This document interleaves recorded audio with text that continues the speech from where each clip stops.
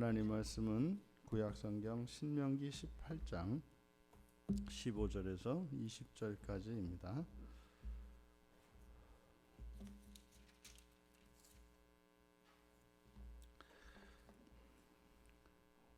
우리 같이 한 목소리로 함께 읽겠습니다. 내 하나님 여호와께서 너희 가운데 내 형제 중에서 너를 위하여 나와 같은 선지자 하나를 일으키시리니 너희는 그의 말을 들을지니라. 이것이 곧 내가 총회의 날에 호렙산에서 내 하나님 여호와께 구한 것이라. 곧 내가 말하기를 내가 다시는 내 하나님 여호와의 음성을 듣지 않게 하시고 다시는 이 큰 불을 보지 않게 하소서. 두렵건대 내가 죽을까 하나이다 하매 여호와께서 내게 이르시되 그들의 말이 옳도다. 내가 그들의 형제 중에서 너와 같은 선지자 하나를 그들을 위하여 일으키고 내 말을 그 입에 두리니 내가 그에게 명령하는 것을 그가 무리에게 다 말하리라. 누구든지 내 이름으로 전하는 내 말을 듣지 아니하는 자는 내게 벌을 받을 것이요 만일 어떤 선지자가 내가 전하라고 명령하지 아니한 말을 제 마음대로 내 이름으로 전하든지 다른 신들의 이름으로 말하면 그 선지자는 죽임을 당하리라 하셨느니라. 아멘. 선지자와 함께라고 라는 제목으로 설교하려고 합니다. 선지자와 함께. 이제 여호와께서 너희 가운데 내 형제 중에서 너를 위하여 나와 같은 선지자 하나를 일으키실 것이다. 이제 모세가 이스라엘 자손들에게 하는 말씀이죠. 그러니까 여호와께서 이제 새로운 선지자를 너희들 가운데서 세울 것이다. 그러면 너희들은 그의 말을 들어라. 그의 말을 들어라. 근데 이것은 너희들이 호렙산에서 그 총회의 날에 여호와께 구한 것이다. 이것은 출애굽기 19장을 배경으로 하고 있는 거죠. 그래서 19장과 20장에 이제 호렙산에 여호와께서 불로 나타났지 않습니까? 하늘이 빨간 불로 덮이지 않습니까? 또 흑암 중에서 그리고 말씀하셨죠. 그때 호렙산에 여호와가 나타나셨을 때 이스라엘들은 두려웠습니다. 그게 무서웠습니다. 그래서 하나님 음성이 들리는 것을 두려워했습니다. 종종 우리가 하나님 음성 듣기라고 하는 것을 하거든요. 하나님 음성 듣기. 그러니까 여러분들은 그런 경험이 있으신가 모르겠어요. 근데 성경에 보면 하나님의 음성을 들렸을 때 막 마음이 편안해지고 막 기쁘고 이런 것이 아니라 두려워집니다. 근데 만약에 내 귀에 이렇게 아주 아름답고 달콤한 목소리가 들렸다면 하나님 아니세요. 그거는 천사인지 귀신인지 몰라도 아니면 환청인지 그런 걸 겁니다. 하나님이 정말로 하나님의 임재 속에서 현재 우리가 이 지상을 살고 있는 누군가가 정말로 하나님의 음성을 듣는다면 그냥 새파랗게 질려 버릴 겁니다. 그게 이스라엘 백성들을 보면 알아요. 그러니까 이스라엘 백성들은 확실히 하나님의 음성을 들었거든요. 근데 그것도 사실은요 여호와의 사자의 음성이라고요. 하나님도 아니고 하나님의 사자예요. 여호와의 사자의 음성을 들었는데 그들이 출애굽기 20장 19절에서 당신이 우리에게 말씀하소서 이제 모세에게 하는 말이죠. 그러니까 하나님이 우리에게 직접 말씀하게 하지 말고 당신이 하십시오. 당신이. 그럼 우리가 모세 당신의 말씀을 듣겠습니다. 그러니까 제발 하나님이 우리한테 직접 말씀하지 말게 해주세요. 이게 성경의 가르침이에요. 하나님의 음성이 들리면 우리의 모든 죄가 다 드러나고요. 하나님의 거룩하심 앞에 서면은 그것이 뭐 우리가 생각하는 것처럼 그렇게 생각보다 우리가 잘나지가 않았어요. 그렇게 떳떳하지가 않습니다. 근데 하나님 앞에 서면 그 죄가 다 드러나요. 죄가. 우리가 그 죄가 안 드러나니까 그래도 고개 들고 이렇게 빳빳이 이렇게 살지. 우리 안에 있는 게 다 드러나면은요, 쥐구멍이 아니라 땅 속을 파고 들어가야 된다고요. 우리가 지금 생각이 안 나시잖아요, 여러분. 저도 안 나요. 그러니까 이렇게 살지. 그때 뭐 생각해 보세요. 어려서부터 또 여러분이 마음속으로 생각했던, 또 여러분들이 사실은 우리가 아직 저지르지 않은 아주 새 죄들이 있거든요. 아주 순결한 죄들, 이렇게 마음속에 있는, 때가 되면 나오리려고 도사리고 있는 그것들이 있거든요. 근데 정말 하나님 앞에 서면 이렇게 다 보이거든요. 그러면 하나님 앞에서 죄는 반드시 정죄당하는데 견딜 재간이 없죠. 그러니까 여호와의 음성, 그 여호와의 사자의 음성을 듣고도 그들이 다시는 우리에게 말씀하지 마시고 당신이 가서 듣고 우리에게 말씀하면 우리가 그걸 하나님의 말씀으로 똑같이 여기고 듣겠습니다. 순종하겠습니다. 이게 이제 이스라엘 백성들의 요구였죠. 그러니까 지금 모세는 가나안 땅에 들어가지 못하게 되었습니다. 그러니까 이들과 하나님 사이에 중재할 누가 필요한 거죠. 그게 바로 이제 선지자입니다. 그 선지자를 이스라엘 백성들이 원한 거예요. 두려워서. 그런데 그에 대해서 하나님께서 모세에게 그들의 말이 옳도다 이렇게 수용을 하십니다. 그들의 요구. 여기서 옳다, 이게 토부거든요. 선하다 이 말이죠. 이것은 옳고 그르고 시시비비를 이야기하는 것이 아니라 하나님께서 선하다, 그들의 말이 선하다. 이게 뭐겠습니까? 유익이 된다는 거죠. 그들에게도 유익이 되고 내게도 유익하다. 그러니까 하나님이 선하시다라고 하는 것은 하나님께 선하대요. 그러면 우리에게도 선한 거죠. 만약에 이렇게 하지 않으면요, 그냥 다 죽어야 돼요. 그냥 죽이셔야 되거든요. 그러니까 하나님께서도 그를 선하다. 그러니까 바로 하나님과 이스라엘 백성 사이에 중보적인 위치에 있는 선지자, 그러니까 하나님의 말씀을 전하는 사람이니까 선지자란 말이죠. 그러니까 선지자를 세우는 일이 선하다. 그래서 우리들은 그들이 원했고 하나님께서 허용해 주셨기 때문에, 그래서 우리들은 직접 이렇게 단독적으로 그리고 직접적으로 하나님과 1대1로 만나는 것이 아니라 우리들은 중간에 중재자를 세웁니다. 그것을 우리가 중보자라고 하죠. 그것은 사실 장차 왕도 마찬가지고 선지자도 마찬가지고 제사장도 마찬가지고 이분들이 이 직분이 중보직이지 않습니까?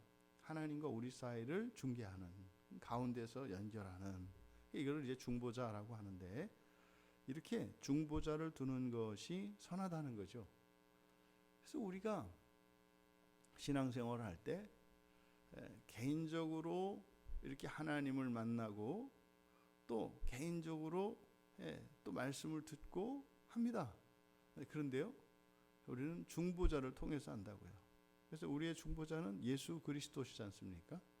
근데 우리가 이 세상을 사는 동안도 중보자적인 위치에 있는 것이 바로 이제 목사, 그죠?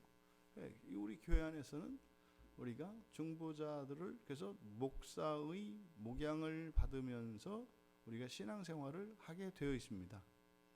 기독교는 구도적인 측면이 있습니다만 절대로 이것은 개인적으로 가는 게 아니죠. 우리는 전체로서 교회, 주님의 몸된 교회로서 다 함께 가기 때문에, 그래서 개인적으로 하나님의 말씀을 듣고 하나님을 알아가는 일이 필요합니다. 근데 우리는 또 동시에 다 함께 가는 일이 또 중요합니다. 그래서 우리는 목양이라고 하는 구조 속에서 우리의 신앙생활을 하는 거죠. 근데 이것은 이스라엘의 요구였고 하나님의 허용 안에서 일어난 것이다.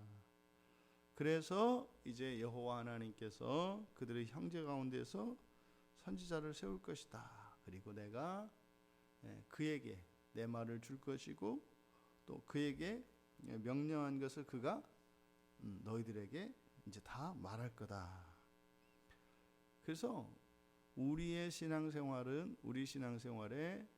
이 중보의 절대성에 대해서 말씀하고 있는 겁니다. 이것은 장차 오실 메시아, 장차 오실 메시아에 대한 메시아 사역의 절대성을 예표하는 거죠. 근데 이것은요, 지금 왕도 선지자도 이들이 원했던 겁니다. 이들이 원하면 왕을 이제 세우라 이렇게 말씀을 했고, 선지자도 호렙산에서 언약을 맺을 때에 이들이 원했던 것이고 하나님께서 허용하신 겁니다. 그러니까요, 하나님의 뜻과 사람의 뜻이 일치하는 지점에 왕도 세우고 선지자도 세우고 하는 것이죠. 하지만 제사장은 하나님께서 세우셨죠. 그럼 이를 비로소 제사장과 왕과 선지자라고 하는 구약의 삼중직이 이제 다 세워진 거죠. 그래서 하나님과 이스라엘이 합의하는 방식입니다. 그러니까 하나님과 이스라엘 백성 사이에 맺는 언약이 있어요. 그렇죠? 이 언약이라고 하는 것은 구원에 대한 약속입니다. 구원에 대한 약속. 그것은 창세 전에 하나님께서 세워놓으신 그 구원에 대하여 구원을 이루어 가시는 과정에 공동체적으로 하나님과 맺는 약속, 이것을 언약이라고 합니다. 그런데 지금 왕이 세워지고 선지자가 세워지는 이런 것들은 합의지요. 하나님과 이스라엘 백성 사이의 합의예요. 이것은 언약과는 좀 다릅니다. 그러니까 이 언약이라고 하는 것은 하나님께서 구원을 이루어가는 과정에 절대적으로 필요한 것들이에요. 근데 합의라고 하는 것은 뭐 해도 되고 안 해도 되는 겁니다. 근데 이것은 쌍방간에 하나님과 하나님 백성 사이에 합의가 되어진 거죠. 이것도 이제 약속은 약속입니다만 그것이 아니라 살아가면서 역사 속에서 백성들의 요구가 있고 하나님께서 허용하셨을 때 이러한 합의가 또 있어요. 그러니까 이것은 사실은 우리의 자유의지에 대한 하나님의 자유의지, 그러니까 하나님의 자유의지와 사람의 자유의지가 만나서 이루어지는 것이 합의고, 언약은 하나님의 은혜로 하나님 주도적으로 사람이 합의해서 일어나는 게 언약이라는 거죠. 그럼 여기서 이 합의된 것이기 때문에 그러면 상방간에 합의가 된 거니까 거기에는 책임이 따르고 또 거기에 또 약속이 따르겠죠. 그래서 백성들의 편에서 그리고 선지자의 편에서 책임이 주어집니다. 그리고 거기에 대해서 징벌이 주어지죠. 어기게 되면은. 그럼 먼저 백성들의 편에서 내 이름으로 누구든지 내 이름으로 전하는, 그러니까 선지자죠. 선지자의 말을 듣지 않으면, 선지자의 말을 듣지 않으면 벌을 받을 것이다. 벌을 받을 것이다. 그러니까 선지자가 곧 나니까, 선지자가 곧 나니까 선지자의 말은 곧 내 말이니까 선지자의 말을 듣지 않으면 벌을 받을 것이다. 그런데 우리가 구약의 역사를 우리가 다 살펴봤습니다만 안 듣죠. 안 듣습니다. 그러니까요, 벌을 받을 수밖에 없었어요. 그러니까 이거는 안 들어서 벌을 받은 것이 아니라 이미 합의를 볼 때 그렇게 결정이 되어 있는 거죠. 그러니까 하나님의 말씀을 듣지 않는 것은 벌을 받겠다고 하는 자유의지의 표현인 거예요. 그러니까 하나님의 말씀을 어기면 뭐 일이 뭐 그렇게 틀어지랴, 뭐 내 인생이 그렇게 잘못되랴. 네, 잘못됩니다. 잘못됩니다. 반드시 하나님의 징계가 있습니다. 뭐 내가 좀 어겨도 괜찮던데 예, 그거는 지금 적금 들어오는 겁니다. 반드시 틀어지게 되어 있습니다. 그러니까 이제 잘못된 믿음이 아이 괜찮아 뭐 이런 잘못된 믿음이 잘못된 확신이 되어서 그냥 가는 거죠. 근데 반드시 그건 이루어집니다. 그러니까 최종적으로 살아생전에 받아야 될 벌을 이렇게 나중에 받게 되는 게 뭡니까? 그게 지옥이라고요. 그게. 근데 이것은 사실은 징벌이라기보다는 이것은 의미가 좀 다르죠. 왜냐하면 이제 구약의 백성들에게는 그게 틀림없는 벌이에요. 근데 신약을 살아가는 우리들은 의미가 달라요. 왜냐하면 벌로서, 그러니까 죄 합의를 깨물어서 그 책임, 그 죄책이죠. 죄를 지음으로써 우리에게 부과되어지는 그 책임, 반드시 벌을 받게 될 것이다라고 하는 이 죄책입니다. 이것은 예수님께서 십자가에서 다 받으셨어요. 이제 문제는 여기죠.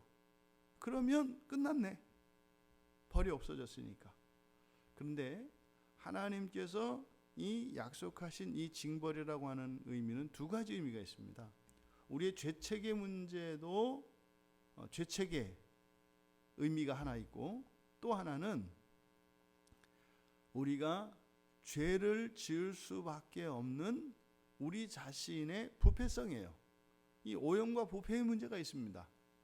그러니까 또 우리가 죄를 짓는다는 것은 존재론적으로 결함이 있는 겁니다. 그러니까 우리에게 이런 부패성이 우리의 전 존재가 오염돼 버린 거죠. 그럼 이 부분은 죄책이라기보다는 우리 안에 있는 이 부패성과 오염된 이것을 해결하지 않으면 하나님 나라에 들어갈 수가 없어요. 죄책은 없지만 그 나라에 들어가지는 못해요. 근데 하나님 나라가 없으면 이 오염의 문제는 생각을 안 해도 되는 거죠. 하나님 나라가 없으면. 이게 지금 2000년 교회에서 고민하는 부분이 이 부분입니다.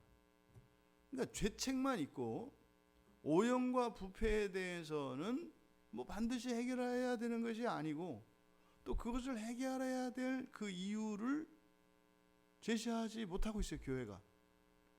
왜요? 하나님 나라와 지옥을 감춰버렸기 때문에 그래요. 아니, 예수님이 내 죄를 다 십자가에서 가져가셨다며. 그 다음에 뭐 살다가 죽으면 하나님 나라에 간다며. 그러니까요, 우리 안에 있는, 우리가 이렇게 죄를 지을 수밖에 없는 우리 안에 있는 존재론적인 이런 부패, 이 부분을 반드시 해결해야 될 동기가 없는 거죠. 믿으면 된다며. 믿으면 구원받는다며. 구원받는다는 게 그냥 죽으면 천국 가는 것이에요. 그러니까 굳이 내가 그렇게 이렇게 죄를 다시는 짓지 않는, 그 죄를 짓지 않을 수 있는 사람이 되기 위해서 살아가는 이 성화의 삶이 우리에게 절대적으로 다가오지는 않는다고요. 그러니까 뭐 기껏해야 예수님이 당신을 위해서 십자가에서 죽으셨는데 사람이 돼가지고 어떻게 그럴 수가 있어요? 은혜를 알아야지. 그런 죄책감에 빠져서, 또 물론 어떤 사람들은 반대로 감사하면서 그 신세 갚으려고, 내 대신 죽으셨으니까 신세 갚으려고, 뭐 그런 거 이제 애들이 뭐 엄마 아빠 위해서, 부모님 위해서 공부한다고 생각하는 거죠. 이렇게. 나는 부모님을 위해서 이렇게 공부하는 거야. 암만 생각해도 나 흐뭇해. 야, 나는 정말 나 같은 자식을 둔 우리 부모님은 참으로 행복한 부모님들이야. 이렇게 흐뭇해서 뭐 이제 이런 사람이거나, 아니면 뭐 징계가 무섭고 미안한 뭐 이런 죄책감에서. 여러분, 성경이 분명히 말씀을 해요. 하나님의 구원의 언약, 그 언약을 따르지 못하는 부패성, 이것은 부족한 겁니다. 그래서 우리는 절대적으로 하나님의 은혜가 필요하죠. 그래서 그 나라가 이 땅에 임합니다. 근데 그 나라는 그냥 믿음으로 가는 나라가 아니에요. 그 나라는 두 가지란 말이에요. 믿음과 존재적인 완성, 자격이 있습니다. 자격을 갖춰야 돼요. 이것을 주님의 신부라고 하죠. 주님의 신부, 거룩한 자, 선택받은 자. 계시록에서는 이거를 이긴 자라고 하죠. 존재론적으로는 이것을 하나님의 자녀라고 합니다. 하나님의 자녀. 그래서 그 목표가 성경에서 분명하게 우리에게 제시돼요. 그래서 우리가 하나님과 합의되어진 그 약속을 따라서, 그 합의를 따라서 살아가야 하고, 그래서 선지자의 말을 듣지 않았을 때는, 선지자는 하나님께서 우리에게 나아가야 할 선한 길을 인도하는 분이니까, 그러면 그 길에서 벗어나면 사실은 선한 길에서 벗어나기 때문에 자연히 우리의 삶 속에서는 악한 일이 일어나게 되는 거죠. 그리고 이제 선지자 편에, 선지자의 책임입니다.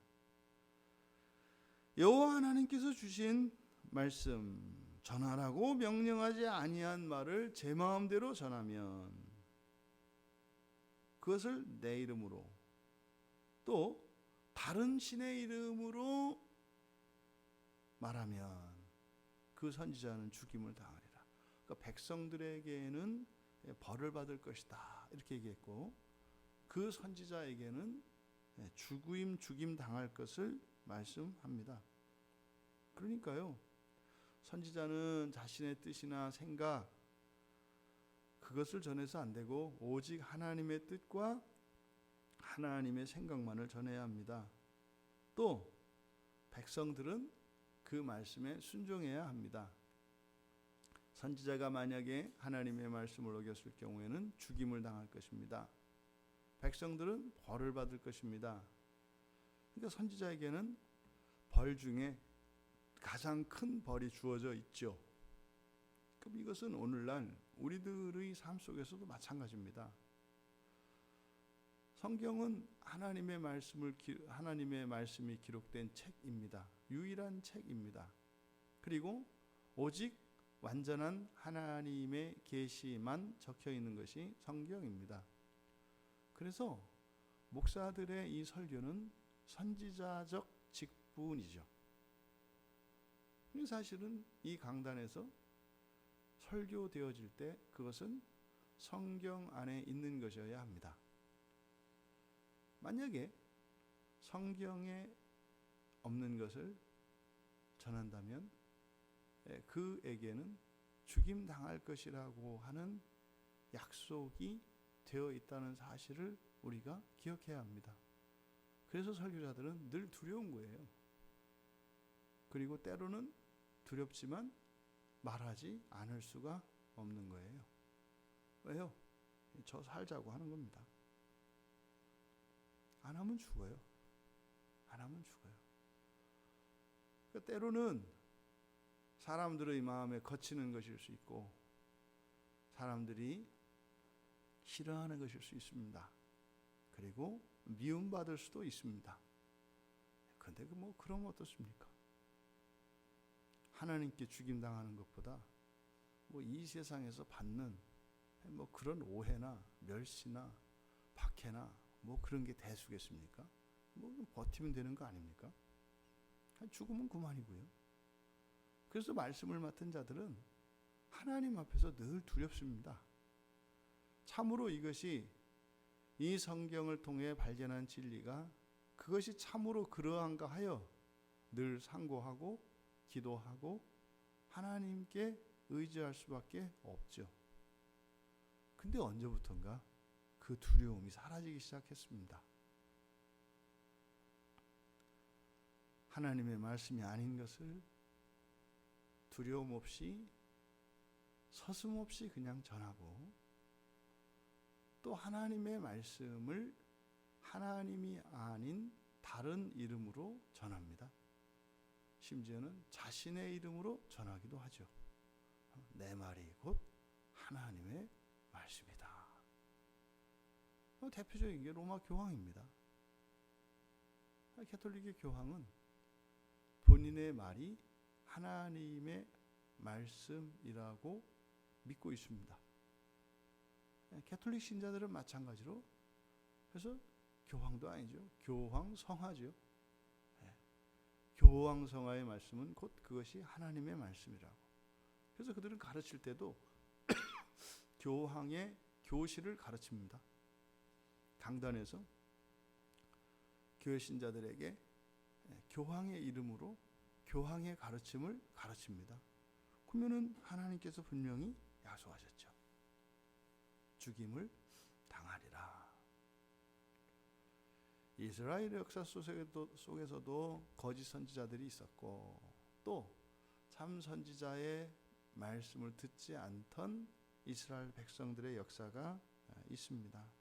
여러분, 이것은 비단 구원에 관계된 그리고 공동체적인 것뿐만 아니라 여러분 개인적으로도 하나님과 합의를 하죠. 그 일명 서원이라는 겁니다. 하나님, 제가 뭐 하고 싶어요? 뭐 해주세요? 뭐 할게요? 이 합의입니다. 합의. 개인적인 합의가 있죠. 그래서 이러한 합의들은 지키셔야 합니다. 근데요, 합의를 해서 하고 나서 보니까 뭐예요? 절대 할 수 없는 걸 합의한 거예요. 또 해서는 안 되는 합의를 한 거예요. 그래도 남아일은 중천금 이렇게 할 것이 아니라 그냥 그 즉시 엎드리고 취소하시면 돼요. 하나님, 제가 잘못했습니다. 참으로 어리석었습니다. 그렇게 하고 수정해 나가시면 됩니다. 하나님의 언약은 깨지지 않습니다. 하지만 우리의 합의, 우리가 하나님께 원해서 하나님께 약속을 하고 또 하나님께서도 좋다고 하신 그것. 근데 대부분은 하나님이 좋다고 안 한 것도 그냥 우리가 좋다고 생각을 하는 경우가 많죠. 우리들이 성경을 통해서 내 합의가 참으로 그것이 하나님께서 토부 선하다라고 하신 것인지 아닌지, 그래서 우리가 압니다. 그러면 아니다. 그럼 어떻게 하면 돼요? 취소하시면 돼요. 회개하시고 취소하시고 갱신하시면 돼요. 네? 갱신하시면 돼요. 여러분들이 어떤 합의를 했을 때는 이유가 있을 겁니다. 그리고 그런 합의를 할 수 있도록 하나님께서 허용하신 것이기 때문에 거기에는 하나님의 선한 뜻이 있습니다. 그래서 그냥 없던 걸 합시다 하고 다 묻어버리지 말고, 그러면 그 합의를 선한 것으로 바꾸어서 갈 때 하나님이 반드시 도와주시죠. 그래서 그 합의를 이뤄가는 과정 통해서 우리가 더 거룩해져 가게 될 것입니다. 여러분, 언약은 공동체적으로 우리에게 주어진 것입니다. 하지만 합의는 또한 개인적으로, 물론 공동체적인 합의도 있습니다만 개인적으로 주어집니다. 하지만 이것은 반드시 지켜야 한다. 그래서 그것은 징벌적인 의미로서가 아니라 우리를 거룩하게 하시고자 하는 하나님의 구원의 사역으로서 우리에게 징벌이 주어집니다. 그러니까 벌칙이기보다는 징계라고 할 수 있는 거죠. 그 징계는 우리들을 훈육시키는 아버지의 훈육과 같은 것이죠. 이것은 절대적으로 필요한 것입니다.